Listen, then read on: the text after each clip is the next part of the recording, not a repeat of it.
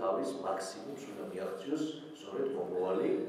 საპარლამენტო არჩევნებისათვის, რომელიც ძალიან მალე მოვა და კარს მოგვადგება. ჩვენ სამსახურის უკეთების გადაწყვეტაში რომ თქვენ მოგიწევთ ესე ვთქვათ დაჯახება ზოგჯერ საჭირო იქნება ხელისუფლებასთან მაგრამ რაღაც ბიოგრაფიული შეხედვით მაინც არ შესრულდება. კონკრეტულად ეს გაიტანა თბილისის დონეზე და იქ რაღაც სინამდვილეობა გაუჩვენებს მინისტრს. სენატში იპოდრომის განსკამია ყველა შეხვედრაზე ყველა ხელეობის წინაშე როგორც მისი ჭეშმარიტი ინტერესების დამოკიდება. მოგესალმებით ძვირფასო მეგობრებო, თანამებრძოლებო, თანაგუნდელებო. ჩვენთვის ძალიან სასიამოვნოა დღეს რომ ესეთი სერიოზული შემადგენლობა არის აქ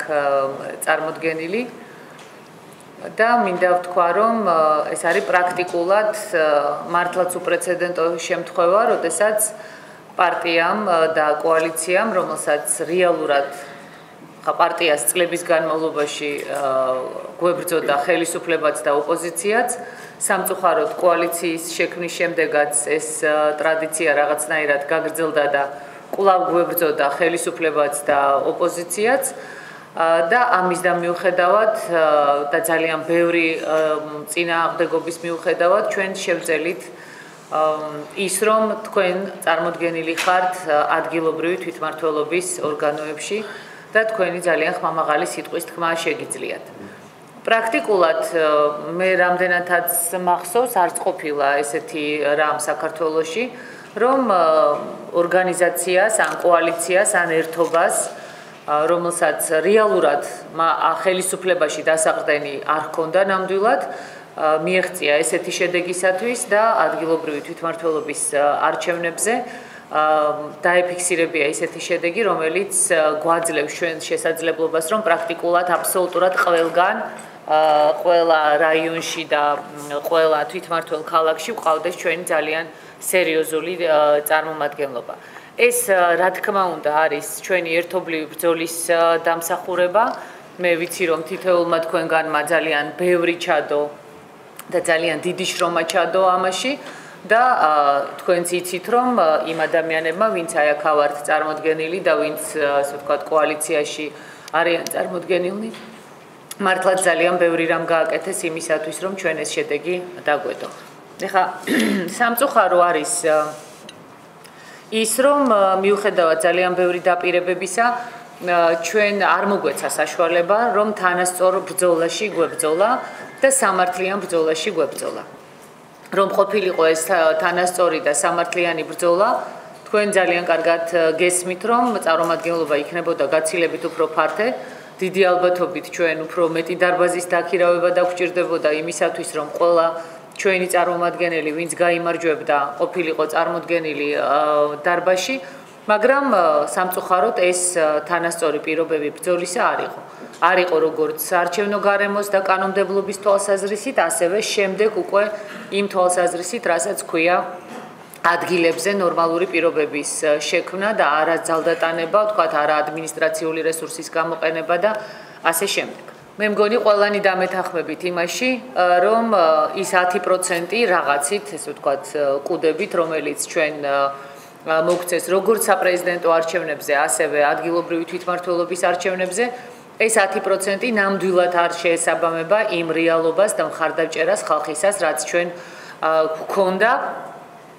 და გაცილებით უფრო მაღალი არის მხარდაჭერა საზოგადოებისა ჩვენი პოლიტიკური ორგანიზაციის, პოლიტიკური კოალიციის მიმართ.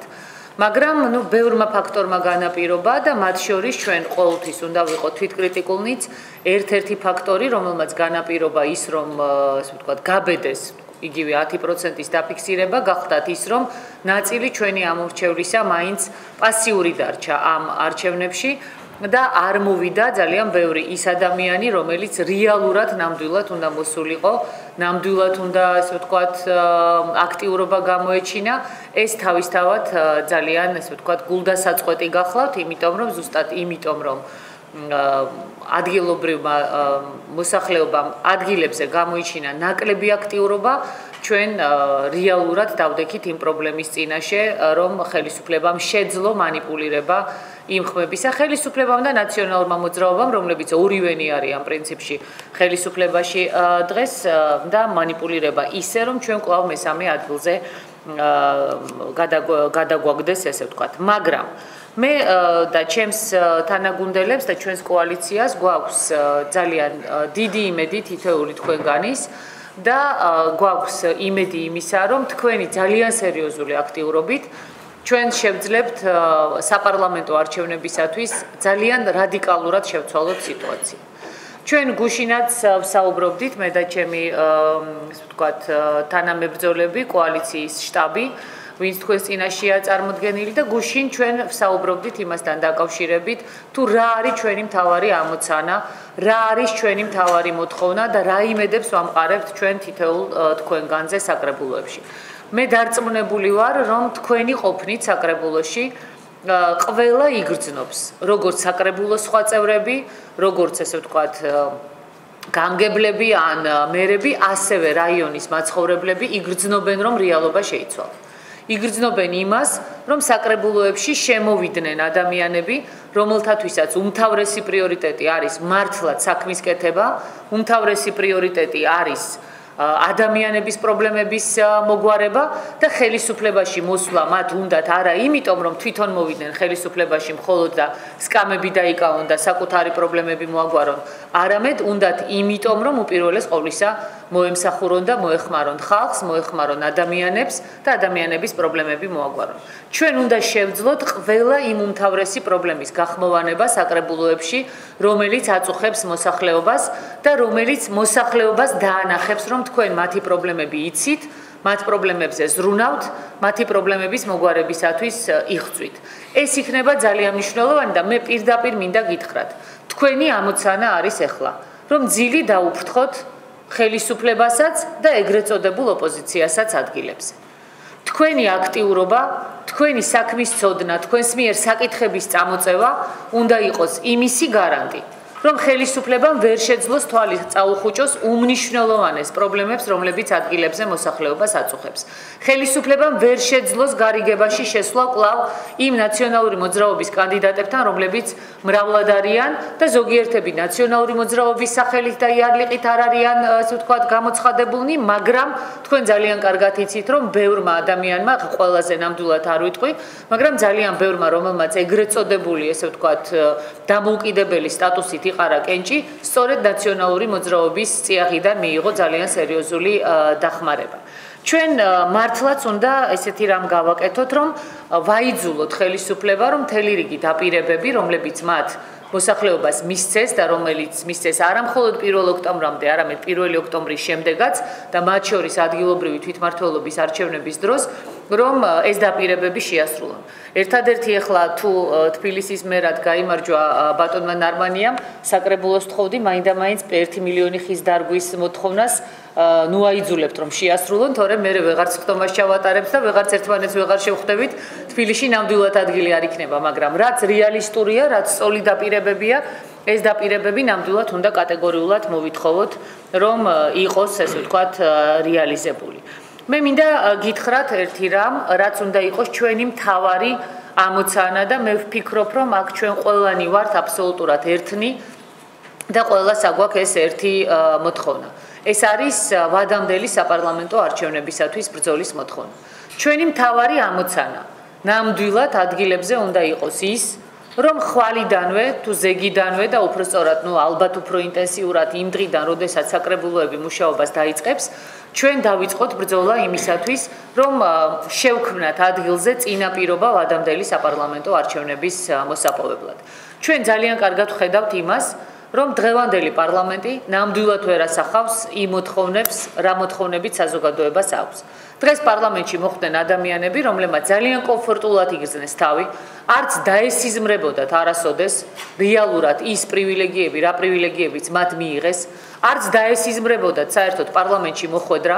იქ არიან პარტიები, რომლებთაც არასოდეს ცხოვრებაში წლების მანძილზე არ გადაულახავთ 2%-იანი და 3%-იანი ბარიერიც კი და დღეს ჩვენს პროცენტებზე ლაპარაკობენ. ეს ადამიანები, რომლებიც ყოველთვის პარლამენტში ხვდებოდნენ სხვის ზურგს უკან ამოფარებულნი და მერე პირველივე შემთხვევის მოცემის შედეგად ხან მარჯვნივ გადახტებოდნენ და ხან მარცხნივ. ჩვენ ვხედავთ რომ დღეს პარლამენტში არის ძალები წარმოდგენილი და რამდენი იყო საუბარი აი განსაკუთრებით ჯონ dim და დიმამ ძალიან ბევრი იბრძოლეს და სხვებმა ჩვენმა თანაგუნდელებმა თქვენს ადგილებზე და რეალურად ჩვენ ამ კანონმაც დაგვანახა ძალიან ნათლად რომ ქვეყანაში არის პარლამენტი რომელსაც საერთოდ არ აინტერესებს მოსახლეობის აზრი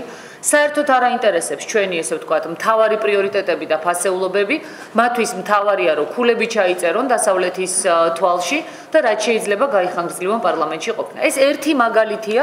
თუმცა ჩვენ შეგვიძლია მეორე მაგალითი მოვიყვანოთ და გუშინაც მსჯელობდით ამასთან დაკავშირებით და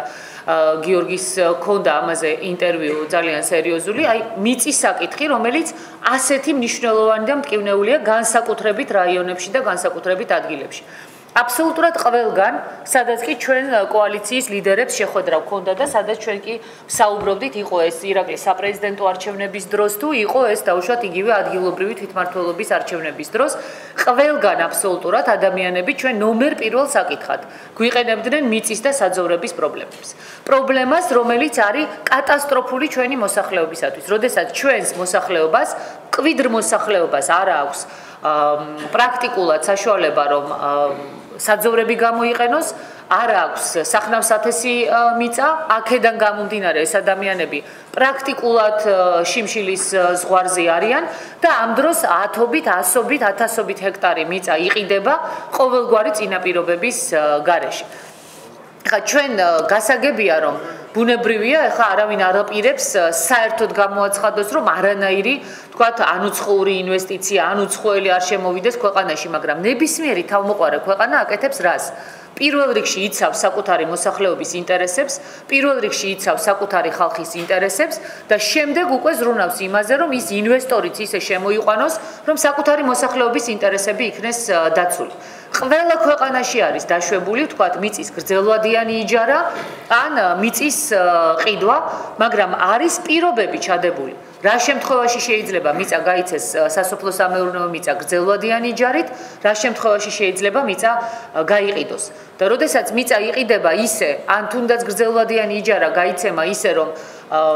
ადგილობრივი მოსახლეობა შორიდან უყურებს შემოსაზღვრულ ნაკვეთებს და ყიდულობს დაუშვათ, ну არ მინდა რომელიმე ეროვნება გამოყო, მაგრამ არ აქვს მნიშვნელობა, გნებავთ ჩინელი იყოს, გნებავთ ინდოელი იყოს, გნებავთ ავსტრალიელი იყოს, ყიდულობს ამ მიწას და კიდევ პლუს დასაქმებისათვის ჩამოყავს თავისი ქვეყნიდან დამატებითი მუშახელი და საქართველოს მოსახლეობა ამას შორიდან უყურებს, ეს რა თქმა უნდა ჩვენთვის არის კატეგორიულად მიუღებელი. ხა ჩვენ გუშინ სხვადასხვა ფორმებზე ვსაუბრობდით, როგორ უნდა შეუწყოთ ხელი თქვენ ამ პრობლემის წინააღმდეგ ბრძოლას. ერთი ფორმა გასაგებია არის, რომ ჩვენ ვეცადოთ, რომ ადგილობრივი მოსახლეობა დავარწმუნოთ იმაში, რომ არ გაყიდონ თავიანთი მიწები, არ გაყიდონ სასოფლო-სამეურნეო სავარგულები, მაგრამ ძალიან ძნელია ამის მიღწევა, როდესაც ადამიანები უკიდურესად გაჭირვებულნი არიან, შიათ, წყურიათ, წამლის ფული არ აქვთ და ხა ძნელია მათ უთხრა, რომ საკუთარივე თქვათ არ გაყიდოს ან იჯარით არ გასცეს. ეს შეიძლება იყოს ერთი ფორმა, მაგრამ მეორე ფორმა უნდა იყოს ის, რომ თქვენ ადგილებზე და ჩვენ კიდევ ესე ვთქვათ ცენტრიდან ვიბრძოლოთ იმისათვის, რომ პარლამენტმა მიიღოს შესაბამისი გადაწყვეტილებები, რომელიც გამორიცხავს იმას, რომ ჩვენი მოსახლეობა მიწაწყლის და საძოვრების გარეშე დარჩეს და პირველ რიგში ისეთი გადაწყვეტილება უნდა იქნეს მიღებული, რომ დავიცვათ ჩვენი სახელმწიფოებრივი და ეროვნული ინტერესები და მერე ვიფიქროთ უკვე ნებისმიერი სხვისი ინტერესის დაცვაზე. ეხლა ჩვენ ძალიან ბევრი ვისაუბრეთ და სხვათა შორის მაშინ როდესაც ვლაპარაკობდით ამ მიწების გასხვისების პრობლემაზე ძალიან ბევრი სხვა პრობლემაც წარმოიშვა ეს არის სარწყავი წყლების პრობლემა რომელიც თქვენ აუცილებლად უნდა დააყენოთ ეს არის გზების პრობლემა ეს არის იგივე ჯანდაცვის პრობლემები ადგილებზე ანუ ეს არის პრობლემები რომელიც თქვენ ყველა ვარიანტში ძალიან სერიოზულად და მწვავედ უნდა დააყენოთ და კიდევ ერთხელ ვიმეორებ ყველაფერი უნდა გაკეთდეს იმისათვის რომ ადგილობრივი თვითმმართველობის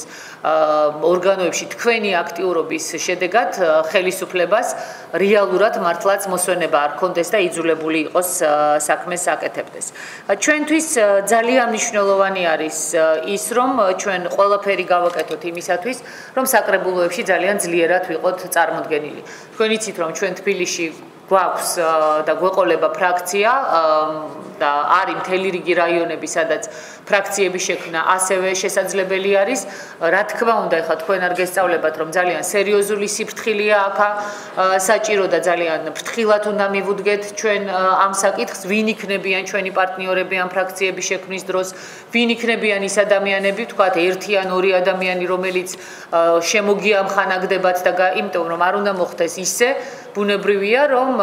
ეს იყოს არამყარი ერთობა, რაღაცა გაუგებარ საფუძვლებზე შექმნილი ერთობა და ერთობა, რომელიც კრიტიკულ მომენტში შეიძლება ისე დაიშალოს, ან პირიქით ისეთი გადაწყვეტილება მიიღოს, რომ ჩვენ უხერხო მდგომარეობაში ჩავდგეთ. ანუ თქვენ ადგილებზე ძალიან სერიოზულად უნდა ბუნებრივია შეარჩიოთ ის ადამიანები, ვისთან ერთადაც თქვენ პარტნიორობის სქემაზე წახვალთ. მე იმედი მინდა ვიქონიო, რომ ხელისუფლებას ეყოფა იმდენი გონიერება, რომ თავარ ოპოზიციურ ძალას და ეს ჩვენა ვართ, იმიტომ რომ ნაციონალური მოძრაობა ნამდვილად არ არის არანაირი ოპოზიცია. ეს არის დამნაშავე ორგანიზაცია, რომელიც უნდა გასამართლდეს და ჩვენ ესე ვთქვათ პოზიცია უნდა აუცილებლად გავაგრძელოთ და ეს იქნება ერთ-ერთი ჩვენი მთავარი მოთხოვნა, როდესაც ჩვენ ვადამდელ საპარლამენტო არჩევნებზე ვისაუბრებთ, ასე რომ ხელისუფლებას იმედია ეყოფა გონიერება, რომ ის რაც ეკუთვნის მთავარ ოპოზიციურ ძალას, ეს არის ვთქვათ მოადგილის თანამდებობა თუ კომისიის ასე ვთქვათ თავმჯდომარის თანამდებობა, ეს ჩვენ არავისთან არაფერი სახვეწი არ გვაქვს, ეს არის ელემენტარული დედამიწაზე ნებისმიერ ნორმალურ და დემოკრატიულ სახელმწიფოში ეს არის წესი, რომ ხელისუფლება იმარჯვებს და პირველ პოზიციებს იკავებს ხელისუფლება, მაგრამ ოპოზიციას ეძლევა გარკვეული პოზიციები იმისათვის, რომ ოპოზიციამ ეფექტურად იმუშაოს და ჩვენ ეს მოთხოვნა კატეგორიულად უნდა დავაყენოთ. კიდევ ერთხელ ვიმეორებ, ჩვენ არავისთან სახვეწნი არაფერი არ გვაქვს, არავისთან ესე ვთქვათ მოწყალების სათხოვნელი ჩვენ არაფერი არ გვაქვს, ეს არის წესი, რომლის შესრულებაც ჩვენ აუცილებლად უნდა მოვითხოვოთ. ხა მე ძალიან არ მინდა გამიგრძელდეს, მე დავუბრუნდები კიდევ ბუნებრივია რამდენიმე თემას, მაგრამ ვიტყვი რომ ძალიან მნიშვნელოვანია ჩვენი დღევანდელი შეხვედრა, იმიტომ რომ ეს არის გარკვეული ესე ვთქვათ მხარდაჭერის გამოვლენა იმ ჩვენი კოლეგების მიმართ, რომლებიც ახლა მეორე ტურისთვის იბრძვიან. თქვენ იცით ძალიან კარგად, რომ 4 რაიონში ჩვენ მეორე ტური გვაქვს და იმედია რომ წარმატებით დასრულდება ჩვენი ეს მეორე ტურის ბრძოლა. ყოველ შემთხვევაში ლიდერები იყვნენ ჩასულები ამ დღეების განმავლობაში ადგილებზე, ნახეს სიტუაცია, გაეცვნენ ვითარებას და შაბათს ისევ აპირებენ ჩასვლას, იმიტომ რომ მაინც ესე ვთქვათ იყოს ჩვენი წარმომადგენლობა იქ, რომ ნაკლები გაბედოს ქართულმა ოცნებამ და ნაციონალურმა მოძრაობამ ერთობლივად და იმედი მაქვს, რომ ჩვენ ამ სერიოზულ ესე ვთქვათ შედეგს დავდებთ ახლა მეორე ტურისთვის. კიდევ ერთხელ მინდა ძალიან დიდი მადლობა გითხრათ ყველას თქვენი ბრძოლისთვის, თქვენი ძალიან სერიოზული აქტიურობისათვის. რა თქმა უნდა, ჩვენ არავინ კმაყოფილი არა ვართ იმ შედეგით, რა შედეგიც იქნა მიღწეული და მე მინდა რომ თითოეულ თქვენგანსაც ვთხოვო, რომ თქვენს გააკეთოთ ანალიზი ძალიან სერიოზული იმისა, რა არის იმისი მიზეზი, რომ რეალურად ჩვენ არ დავდეთ ის შედეგი, რა შედეგიც ჩვენ გვინდოდა. კი, მართალია ჩვენ მინიმუმ 5% მოგვპარეს, მაგრამ მოდით პირდაპირ ვთქვათ, რომ ხალხის მხარდაჭერიდან გამომდინარე ჩვენ შეგვეძლო გაცილებით მეტი პროცენტი დაგვედო და თუნდაც მოპარვის შემთხვევაში 14-15% მაინც დაფიქსირებულიყო. აი, რა არის ის ხარვეზი, რა არის ის პრობლემა, რომელიც ჩვენ გვიშლის ხელს და რა გჭირდებათ თქვენ, ასე ვთქვათ, იმისათვის მხარდაჭერის სახით, აქტიურობის მხრიდან რომ აქტიური მუშაობა გაგრძელდეს. ბუნებრივია კოორდინაცია იქნება ძალიან სერიოზული ცენტრალურ ოფისთან, ბუნებრივია რომ კოალიციის შტაბთან იქნება ძალიან სერიოზული კოორდინაცია, იმიტომ რომ ჩვენ პრაქტიკულად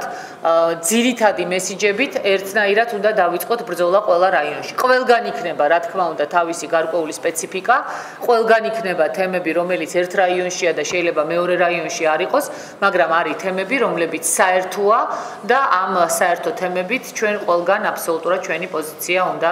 დავაფიქსიროთ. აი, ძირითადად ესე ვთქვათ, შესავლის სახით ეს მინდოდა მეთქვა, მე მინდა ვთხოვ, რა ვიცი, ბატონ ირაკლის და კოალიციის ლიდერებს თუ აქვთ სურვილი, რომ რამდენიმე სიტყვა თქვენ გითხრათ.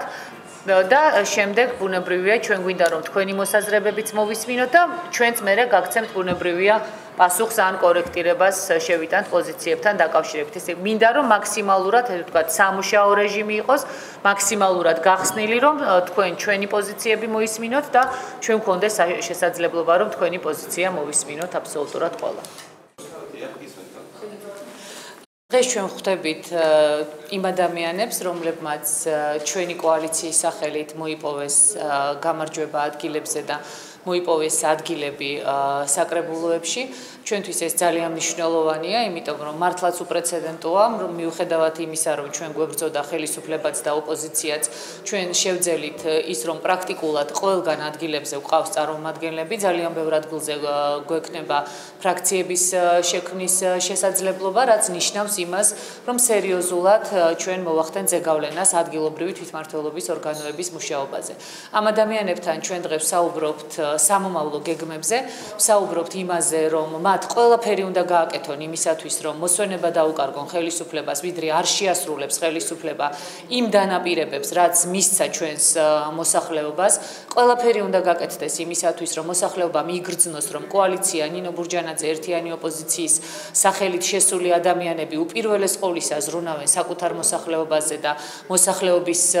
პრობლემებზე. ჩვენ დღეს გავახმოვანეთ ისიც და ამან სრული მხარდაჭერა მოიპოვა, ისევე როგორც ეს იყო მოსახლეობასთან შეხვედრის დროს, რომ ჩვენ უნდა ვიბრძოლოთ იმისათვის, რომ ადგილებზე შეიქმნას რეალობა ვადამდელი საპარლამენტო არჩევნების მოსაპოვებლად, იმიტომ რომ ჩვენ გვჭირდება ვადამდელი საპარლამენტო არჩევნები, რომ ქვეყანას ყავდეს პარლამენტი, რომელიც გამოხატავს მოსახლეობის ინტერესებს და ამავდროულად ჩვენ ვისაუბრეთ ისეთ საჭირბოროტო საკითხებზე,